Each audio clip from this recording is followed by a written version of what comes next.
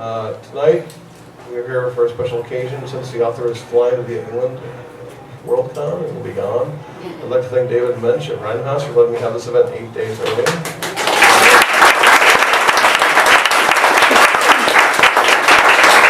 He was very gracious, and we had actually to move it again when Megan goes, yeah, I'm actually flying out that day, and we had to change it again, and we had to bump another author, and so.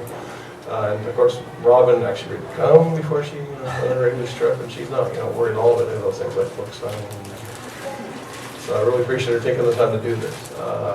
You can tell your friends that you got your book on August 4th. No one else will be allowed to book until the 12th. Once we're done tonight, they go back in the lock down in the stockroom until 12th.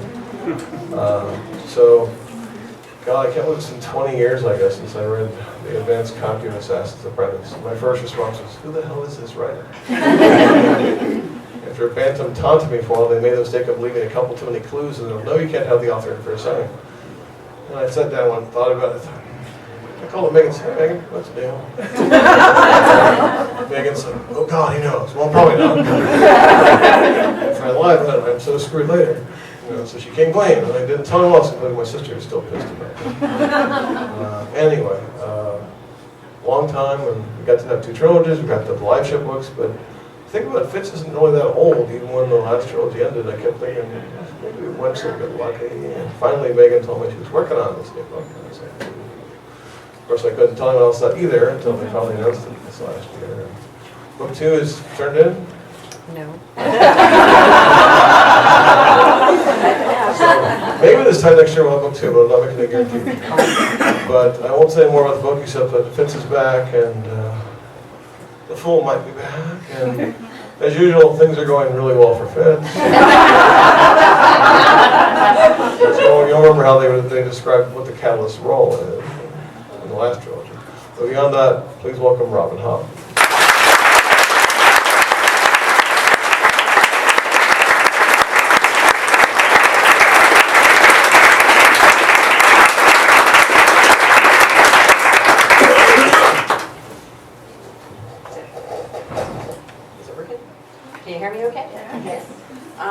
I'll add a couple things to what Dwayne said, and that is that as I usually do, I bring a couple of door prize baskets.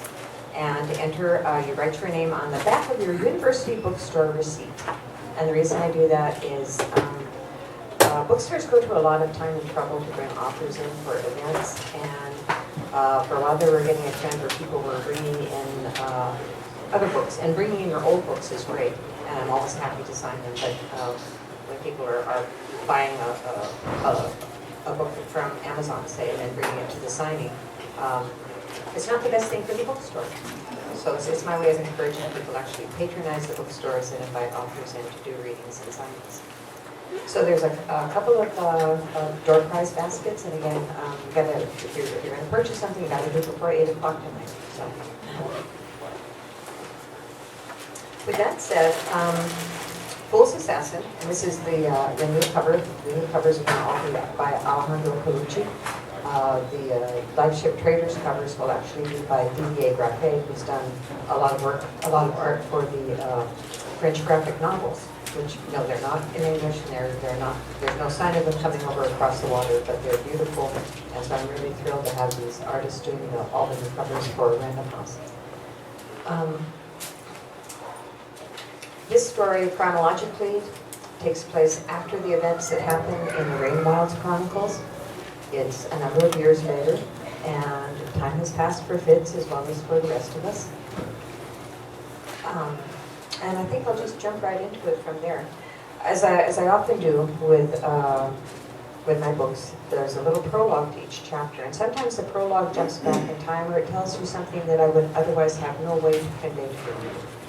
So this one starts with a letter from Queen Desire to Lady Fenris. My dear Lady Fenris, we have been friends far too long for me to be circumspect. As you so delicately hinted, yes, there has been shattering news delivered to me. My stepson, Prince Chivalry, has exposed himself as the crude fellow I have always known him to be. His bastard child, fathered on a mountain whore, has been revealed. As shameful as that is, it could have been handled far more discreetly if his clever-as-a-stone brother, Prince Verity, had taken swift and decisive action to eliminate the disgrace. Instead, he has announced the child in an indiscreet message to my husband. And so, in the face of this base behavior, what does my lord do? Why, not only does he insist the bastard must be brought to Buckkeep Castle, he then bestows on Chivalry the title to Withywood, and sends him out to pasture there with his awkward barren wife. Withywood, a fine estate that any number of my friends would be pleased to accept, and he rewards it to his son for fathering a bastard with a foreign commoner. Nor does King Shrewd find it distasteful that said bastard has been brought back here to Buckkeep Castle, where any member of my court may see the little mountain savage. And the final insult to me and my son? He has decreed that Prince Verity will now take up the title of king-in-waiting and be the next presumed heir to the throne. When Chivalry had the decency to secede his claim in the face of this disgrace, I secretly rejoiced, believing that Regal would immediately be recognized as the next king. While he may be younger than both his half-brothers, no one can dispute that his bloodlines are more noble and his bearing as lordly as his name. Truly, I am wasted here, as wasted as my son Regal. When I gave up my own reign and titles to be King Shrewd's queen, it was in the belief that any child I bore him would be seen as possessing far better lineage than the two reckless boys his former queen gave him, and would reign after Shrewd. But does he now look at Chivalry and admit his mistake in naming him heir? No. Instead, he sets him aside only to install his doltish younger brother as king-in-waiting Verity. Hulking, square-faced Verity with all the grace of an ox. It is too much, my dear. Too much for me to bear. I would leave court, say that Regal would then be here without a defender. A missive from Queen Desire to Lady Fennis of Tilton. I hated her when I was a boy. I recall the first time I found that missive unfinished and never sent. I read it, confirming for myself that the queen I had never formally met had indeed hated me from the moment she knew of me. I made it mutual. I never asked Shade how he came by that letter. A bastard himself and half-brother to King Shrewd, Shade had never hesitated pursuing the best interest of the Farseer throne. He had purloined it from Queen Desire's desk, perhaps. Perhaps it had been his ploy to make it appear that the Queen snubbed Lady Fennis by not responding to her letter. Does it matter now? I do not know, for I do not know what effect my old mentor gained with his theft. Yet, I do wonder sometimes if it was an accident that I found and read Queen Desire's letter to Lady Fennis, or if it was a deliberate revelation on Shade's part. He was my mentor in those days, teaching me the assassin's arts. Shade served his king ruthlessly as assassin, spy, and manipulator of the court at Buckkeep Castle, and taught me to do the same. A royal bastard, he told me, is safe in a court only so long as he is useful. Ostensibly, I was a lowly bastard, ignored or reviled as I navigated the dangerous currents of politics in the castle. But both King Shrewd and I knew that I was protected by the king's hand and his assassin. It was not only poisons and knife work and subterfuge that he taught me, but what one must do to survive as a bastard of royal lineage. Did he seek to give me a warning, to teach me to hate that I might more firmly be his? Even those questions come to me too late. Over the years, I have seen Queen Desire in so many guises. First, she was the horrid woman who hated my father and hated me even more. The woman with the power to snatch the crown from my father's head and condemn me to a life where even my name was the mark of my bastardy. I recall a time in my life when I feared to let her see me. Years after I arrived at Buckkeep, when my father was murdered at Withywood, hers was the hand most likely behind it. And yet, there was nothing I or Shade could do about it, no justice we could demand. I remember wondering if King Shrewd did not know or if he did not care. I remember knowing with absolute certainty that if Queen Desire wished my death, she could ask for it. I even wondered then if Shade would protect me or if he would bow to his duty and allow it to happen. Such things for a boy to wonder. Withywood was an idea to me then, a harsh place of banishment and humiliation. When I was a boy and I lived in Buckkeep, I was told that that was where my father had gone to hide from the shame that was me. He had abdicated his throne and crown, bowed his head to the hurt and anger of his lawful wife Patience, apologized to king and court for his failure of virtue and judgment, and fled from the bastard he had sired. And so I imagined that place based on the only places I had ever lived as a fortified castle on a hill.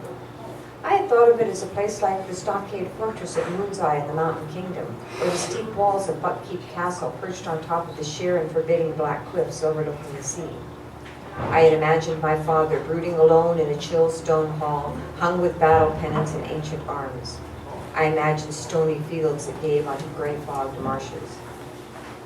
Later, I would discover that Withy Woods was a grand manor, a large and comfortable home built in a wide and generous valley. Its walls were not of stone, but of golden oak and rich maple, and though the floors of the halls were flagged with flat river stone, the walls were paneled in warm wood. The gentle sunlight of the farming valley fell in broad stripes into the rooms through the tall, narrow windows. The carriageway to the front door was wide, and graceful white birches lined it. In autumn, they shed a carpet of gold on the road, and in winter, burdened with snow, they arched over it, a frosted white tunnel paved with glimpses of blue sky. Withy Woods was not a fortress banishment, not an exile, but a tolerant pasturing out for my father and his barren wife. I think my grandfather had loved my father as much as his stepmother hated him. King Shrewd sent him to that distant estate to be safe. And when my time came to go there with the woman I loved and her lively boys and the woman who had always wanted to be my mother, it became for a time a haven of rest and peacefulness. Time is an unkind teacher, delivering lessons that we learn far too late for them to be useful. Years after I could have benefited from them, the insights come to me. Now I look back on old King Shrewd and see him as a man beset by a long and wasting illness that stole from him the comfort of his own body and the sharpness of his mind. But worse, I see Queen Desire for what she was. Not an evil woman intent on making my little life miserable, but a mother full of ruthless love for her only son, intent that he should never be sighted in any way. She would stop at nothing to put him on the throne. What would I not have done to protect my little daughter? What action would have been too extreme? If I say I would have killed them all with no regrets, does that make me a monster? Or just a father? But it is all hindsight. All these lessons learned too late. When I was still a young man, I felt in my flesh like a bent old gaffer full of pains and sighs. Oh, how I pitied myself and justified every wild decision I had ever made. And then, when it came time for me to be the wise elder of my household, I was trapped in the body of a man of middle years, still subject to those passions and impulses, still relying on the strength of my right arm, when I would have been wiser to stop and employ my powers of reason.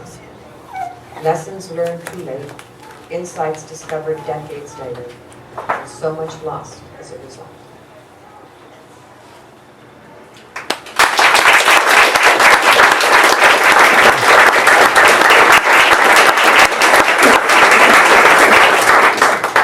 So I'll open it up to questions and answers and comments. Anybody has any questions? Yes. Did you have any reservations about returning to Fitz? We all wanted you to, but... I had tremendous reservations, and I've talked about this before. At the end of Tawny Man, I received quite a lot of email from people who really thought that the book had gone in a direction that they didn't want it to go. And so it really gave me pause to stop and think about it and to consider a question that I think every writer faces eventually, which is, am I writing the book I want to write, or am I writing the book that I think the readers want me to write? Do I follow the story as I originally intended it, or do I shape it and mold it? And it's something that in this internet age we see more and more. And there are some writers who unabashedly say, well, you know, if the readers indicate to me that they want the story to go a certain way in the second book, of course I'll take it in that direction. But basically, over the first 9 books, I had pretty much stayed the course of where I thought the story was going, and I built in a tremendous amount of backstory and foundation and hooks and foreshadowing and all sorts of things that are going to be reach culmination. And to try to abandon that and take the book off in a different direction would have been very, very difficult for me and very unsatisfactory to me as a writer. So my final decision was that I'm going to write these 3 books as the way I originally envisioned them. And the readers will judge.